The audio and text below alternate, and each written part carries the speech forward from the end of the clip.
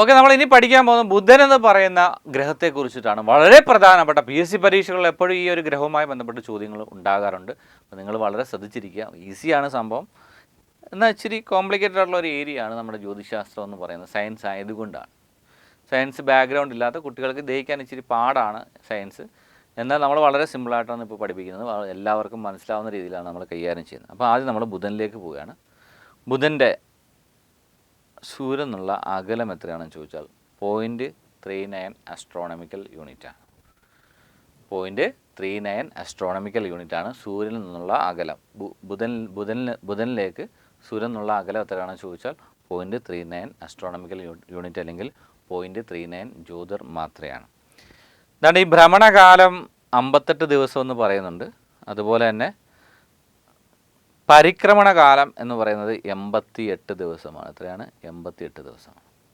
അപ്പം ഭ്രമണത്തെക്കുറിച്ചും പരിക്രമണത്തെക്കുറിച്ചും നമ്മൾ ഇതിൻ്റെ കുറച്ച് 1-2 പോയിന്റുകൾ പറഞ്ഞിട്ട് ഞാൻ അതിനെക്കുറിച്ച് ഡീറ്റെയിൽ ആയിട്ട് പറയാം. ഭ്രമണകാലം എന്ന് വെച്ചാൽ 58 ഭൗമദിനങ്ങളാണ് ഭ്രമണത്തിനെടുക്കുക. എന്ന് വെച്ചാൽ ഒരു തവണ സ്വയം അതിൻ്റെ അച്ചുതണ്ടിൽ കറങ്ങാൻ, ബുധന് സ്വയം അതിൻ്റെ അച്ചുതണ്ടിൽ കറങ്ങാൻ വേണ്ടിയിട്ട് എത്ര എടുക്കും? 58 ദിവസം എടുക്കും. നമുക്കറിയാം ഭൂമി സ്വയം അതിൻ്റെ അച്ചുതണ്ടിൽ കറങ്ങുമ്പോഴാണ് ഒരു ദിവസം ഇവിടെ കംപ്ലീറ്റ് ആവുന്നത്. എന്നുവെച്ചാൽ ഒരു തവണ ഭൂമി അതിൻ്റെ അച്ചുതണ്ടിൽ ഇങ്ങനെ കറങ്ങി വരുമ്പോൾ ഒരു രാവും പകലും ഉണ്ടാകും. മനസ്സിലാവുന്നുണ്ടോ? എന്നുവെച്ചാൽ ഭ്രമണത്തിൻ്റെ ഫലമായിട്ടാണ് രാവും പകലും ഉണ്ടാകുന്നത്. അപ്പോൾ ഇവിടുത്തെ ഭ്രമണകാലം എന്ന് വെച്ചാൽ ബുധൻ അതിൻ്റെ അച്ചുതണ്ടിൽ സ്വയം അതിൻ്റെ അച്ചുതണ്ടിൽ കറങ്ങാൻ വേണ്ടി 58 ഭൗമദിനങ്ങൾ എടുക്കും. എത്രയാണ്? ഭൂമിയിലെ 58 ദിവസം കൊണ്ടാണ് ഒരു തവണ അച്ചുതണ്ടിൽ കറങ്ങാൻ വേണ്ടിയിട്ട് 58 നമ്മുടെ ഭൂമിയിലെ 58 ദിവസങ്ങൾ കൊണ്ടാണ് ഒരു തവണ ബുധൻ അതിൻ്റെ അച്ചുതണ്ടിൽ കറങ്ങുന്നത്. അതുപോലെ തന്നെ ഭൂമിയിലെ 88 ദിവസങ്ങൾ കൊണ്ടാണ് ബുധൻ സൂര്യനെ വലം വയ്ക്കും. എന്ന് പറഞ്ഞാൽ നമുക്കറിയാം ഭ്രമണത്തിൻ്റെ ഫലമായിട്ടാണ് രാവും പകലും അല്ലെങ്കിൽ ദിവസം ഉണ്ടാകുന്നത്. പരിക്രമണം ചെയ്യുന്നത് നമുക്കറിയാം.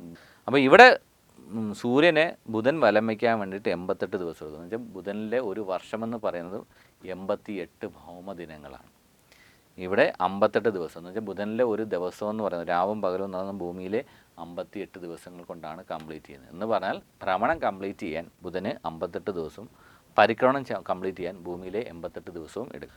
ശ്രദ്ധിക്കുക, നമ്മളിവിടെ പറഞ്ഞത് ഭ്രമണവും പരിക്രമണത്തെക്കുറിച്ച് പറഞ്ഞു. ഇനി നമുക്ക് പ്രധാനപ്പെട്ട പോയിന്റുകളിലേക്ക് പോവാണ്. PSC പരീക്ഷകൾ എപ്പോഴും ചോദിക്കുന്ന 1-2 പോയിന്റുകളിലേക്ക് പോവാണ്. ഇപ്പോൾ സൗരയൂഥത്തിലെ ഏറ്റവും ചെറിയ ഗ്രഹം ചോദിച്ചാൽ ബുധനാണ്. സൂര്യനോട് ഏറ്റവും അടുത്ത്, നമ്മൾ നേരത്തെ പറഞ്ഞു in the distance from the sun, സൂര്യനോട് ഏറ്റവും അടുത്ത് സ്ഥിതി ചെയ്യുന്ന ഗ്രഹം ഏതാണെന്ന് ചോദിച്ചാലും എന്ത് തന്നെയാണ്?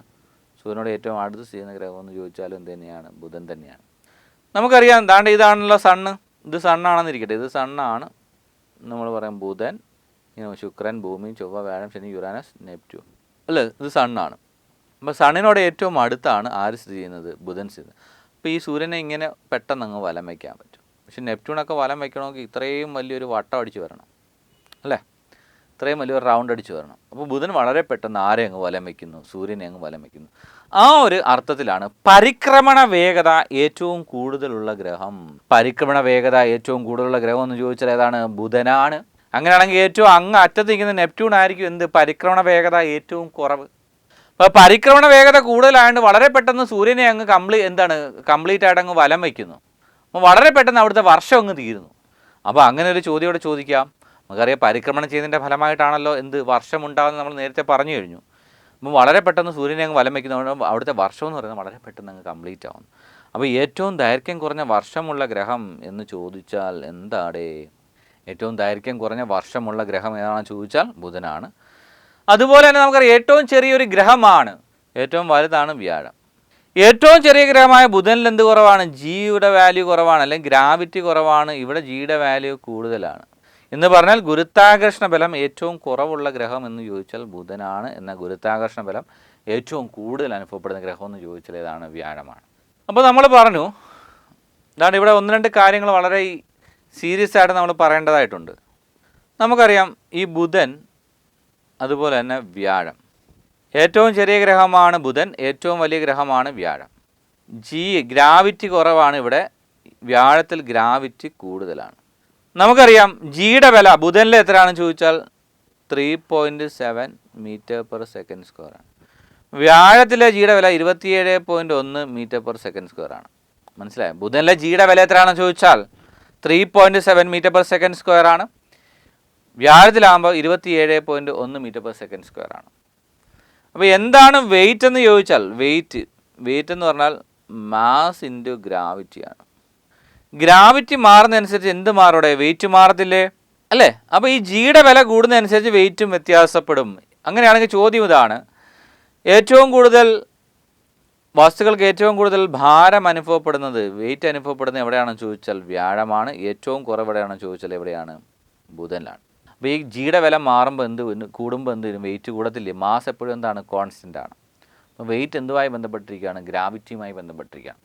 ഭൂമധ്യരേഖയിൽ ഒരു വസ്തുവിൻ്റെ ഭാരം എന്തായിരിക്കും? 0 ആയിരിക്കും. എന്നാൽ ധ്രുവപ്രദേശങ്ങളായിരിക്കും വസ്തുക്കൾക്ക് കൂടുതൽ ഭാരം അനുഭവപ്പെടുന്നത്. അപ്പോൾ ഒരു പ്രധാനപ്പെട്ട ചോദ്യമുണ്ട്, എന്താണ് പാലായന പ്രവേഗം അല്ലെങ്കിൽ എസ്കേപ്പ് വെലോസിറ്റി എന്താണ് എന്ന് ചോദിക്കും. എന്താണ് എസ്കേപ്പ് വെലോസിറ്റി എന്ന് ചോദിച്ചാൽ, ഒരു ആകാശഗോളം, അത് ബുധനായിക്കോട്ടെ, ശുക്രനായിക്കോട്ടെ, സൂര്യനായിക്കോട്ടെ, എന്തായിക്കോട്ടെ, ഒരു ആകാശഗോളത്തിൻ്റെ ആകർഷണ ബലത്തിൽ നിന്നും രക്ഷപ്പെട്ട് വെളിയിലേക്ക് പോകാൻ ഒരു വസ്തുവിനുണ്ടായിരിക്കേണ്ട ഏറ്റവും കുറഞ്ഞ പ്രവേഗത്തെയാണ് നമ്മൾ എന്ത് വിളിക്കുന്നത്? എസ്കേപ്പ് വെലോസിറ്റി അല്ലെങ്കിൽ പാലായന പ്രവേഗം എന്ന് വിളിക്കുന്നത്. ഇപ്പോൾ ഞാൻ ഭൂമിയിൽ നിൽക്കുകയാണെങ്കിൽ ഭൂമിയിൽ നിന്ന് എനിക്ക് വിട്ടുപോകാൻ എനിക്കൊരു വെലോസിറ്റി വേണം. അതിനെയാണ് നമ്മുടെ ഭൂമിയിലെ പാലായന പ്രവേഗം എന്ന് വിളിക്കുന്നത്. ഇപ്പോൾ ദാണ്ടെ ഇവിടെയാണ് ജിയുടെ വിലയും, വസ്തുക്കൾക്ക് വെയിറ്റും എല്ലാം കൂടുതൽ വ്യാഴത്തിലാണ്, വസ്തുക്കൾക്ക് വെയിറ്റ് എല്ലാം കുറവെവിടെയാണ്? ബുധനിലാണ്. അപ്പോൾ പാലായന പ്രവേഗം എന്ന് വെച്ചാൽ എവിടെ നിന്ന് വിട്ടു പോകാനായിരിക്കും അപ്പോൾ കൂടുതൽ വെലോസിറ്റി വേണ്ടത്? നമുക്ക് വസ്തുക്കൾക്ക് ഭാരം കൂടുതൽ എവിടെയാണ്? വ്യാഴത്തിലാണ്. അപ്പോൾ വ്യാഴത്തിൽ നിന്ന് വിട്ടു പോകണമെങ്കിൽ കൂടുതൽ വെലോസിറ്റി വേണം. ബുധനാണെങ്കിൽ കുറച്ച് വെലോസിറ്റി മതി. അപ്പോൾ ഇങ്ങനെ ചോദ്യമുണ്ട്, പാലായന പ്രവേഗം ഏറ്റവും കുറവുള്ള ഗ്രഹം എന്ന് ചോദിച്ചാൽ ബുധനാണ്. ബുധൻ്റെ പാലായന പ്രവേഗം എത്രയാണ്? 4.3 km/s ആണ്. ക്ലിയർ ആവുന്നത്. എന്നാൽ വ്യാഴത്തിൻ്റെ ആകുമ്പോൾ 59.5 km/s ആണ് വ്യാഴത്തിൻ്റെ പാലായന പ്രവേഗം എന്ന് പറയും. സൂര്യൻ്റെ പാലായന പ്രവേഗം, സൂര്യൻ നിന്ന് വിട്ടുപോകാൻ 618 km/s ആണ്. അത്രയാണ് 618 ചോദിക്കുക. അതുകൊണ്ട് തന്നെ ഭൂമിയുടെ പാലായന പ്രവേഗം എന്ന് വെച്ചാൽ 11.2 km/s. ചന്ദ്രന്റെ പാലായന പ്രവേഗം എത്ര? 2.4 km/s ആണ്. അപ്പോൾ ബുധന്റെ പാലായന പ്രവേഗം 4.3 km/s. അപ്പോൾ ബുധന്റെ ചോദിച്ചാൽ എത്രയാണ്? 4.3 km ആണ്. മനസ്സിലാവുന്നുണ്ടോ? നിങ്ങൾ 618 കണ്ട് സൂര്യനാണ് ഏറ്റവും കൂടിയ ഗ്രഹം എന്ന് വിചാരിക്കും. സൂര്യൻ ഒരു ഗ്രഹമല്ല. ഗ്രഹത്തിൽ വെച്ച് ഏറ്റവും കൂടുതൽ എവിടെയാണെന്ന് ചോദിച്ചാൽ വ്യാഴമാണ്. ഏറ്റവും കുറവ് എവിടെയാണെന്ന് ചോദിച്ചാൽ ബുധനാണ്. അതുപോലെ തന്നെ അന്തരീക്ഷമില്ല. നമ്മൾ പറഞ്ഞു ഈ ഹരിതഗ്രഹ പ്രവാഹമൊക്കെ നടക്കണമെന്നുണ്ടെങ്കിൽ എന്ത് വേണം? അന്തരീക്ഷം വേണം. അന്തരീക്ഷമില്ലാത്ത ഗ്രഹമെന്ന് ചോദിക്കാം. അല്ലെങ്കിൽ ഋതുക്കൾ അനുഭവപ്പെടാത്ത ഗ്രഹമെന്ന് ചോദിച്ചാലൊക്കെ എന്താണ്? ബുധനാണ്. അതുപോലെ അച്ചുതണ്ടിൻ്റെ ചെരിവ് ഏറ്റവും കുറവുള്ള ഗ്രഹമെന്ന് ചോദിച്ചാലും എന്ത് തന്നെയാണ്? ബുധനാണ്. ഇതാണ് അടുത്ത പ്രധാനപ്പെട്ട ഒരു പോയിന്റാണ്. ദിവസങ്ങൾക്ക് കടുത്ത ചൂടും രാത്രികൾക്ക് കടുത്ത തണുപ്പും അനുഭവപ്പെടുന്ന ഗ്രഹം ഏതാണെന്ന് ചോദിച്ചാൽ ബുധനാണ്. അതുപോലെ തന്നെ ഉപഗ്രഹം, നമ്മൾ നേരത്തെ പറഞ്ഞാണ്, ഉപഗ്രഹങ്ങളില്ലാത്ത ഗ്രഹങ്ങളിൽ ഒന്ന്. അതുപോലെ തന്നെ കാഠിന്യം കൂടിയ ഉപരിതലമുള്ള ഗ്രഹം ഏതാണെന്ന് ചോദിച്ചാൽ ഏതാണ്? ബുധനാണ്.